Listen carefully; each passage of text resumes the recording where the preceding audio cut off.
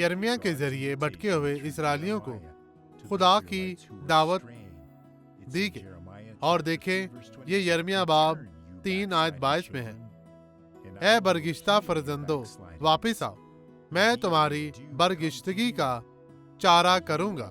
देख, हम तेरे पास आते हैं क्योंकि तू ही है खुदाउन हमारा खुदा है। मजीद कुछ कहने की जरूरत नहीं।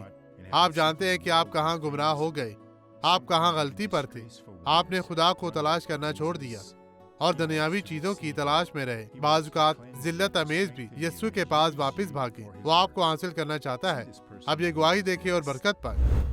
क्या हुआ? डॉक्टर सॉरेस, मैं यहाँ कुर्बान गाह के सामने नहीं आई। मैं यहाँ बैठी हुई थी अपने निशिस्त पर पीछे ही, और फिर भी यीशु ने मुझे ठीक किया मेरे घुटने से। मैं अच्छी तरह नहीं चल सकती थी, मैं लंगड़ाती थी। आप कैसे चलती थी? जी, मैं इस तरह से अपनी टांग तो घसीट कर यहाँ हाल चलती की थी। तरफ आगे बढ़े। खुदा की रहमत, आप बिल्कुल ठीक है। यीशु के नाम में यहाँ तमाम चर्च में भागती हुई आगे बढ़े।